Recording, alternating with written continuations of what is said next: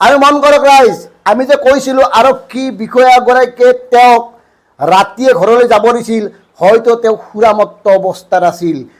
সুৰামত্ত অৱস্থাত থকা নন্দিনীয়ে স্বামীউলক গাড়ীৰে খুন্দিয়াইছিল, যাৰ ফলত গুৰুতৰভাৱে আহত হৈছিল আৰু পৰৱৰ্তী সময়ত তেওঁৰ মৃত্যু হয়। এতিয়া কথাটো হ'ল, এনে এক্সিডেণ্ট হোৱা আৰু সুৰাপান কৰি এক্সিডেণ্ট হোৱাৰ মাজত আকাশ পাতাল পাৰ্থক্য আছে। আৰু এই কথাবোৰ আৰক্ষীয়ে আমাতকৈ ভালকৈ জানে।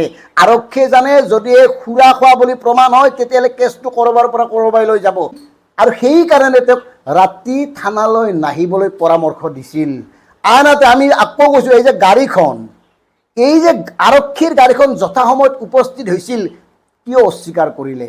এনেকুৱা হ'ব পাৰে নেকি যে পৰৱৰ্তী সময়ত সেই গাড়ীখন নন্দিনী কাশ্যপৰ নাছিলে, কোনোবা অচিনাক্ত ট্ৰাকে খুন্দিয়াই পলাই গুচি গ'ল, এনেকুৱাকৈ প্ৰতিষ্ঠা কৰিব খুজিছিল নেকি?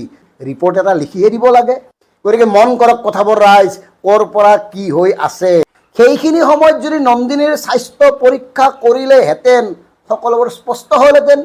তেতিয়া নিশ্চিতভাৱে হিট এণ্ড ৰান গোচৰত তেওঁ যাৱজ্জীৱন জেললৈ যাবলগীয়া হ'লহেঁতেন।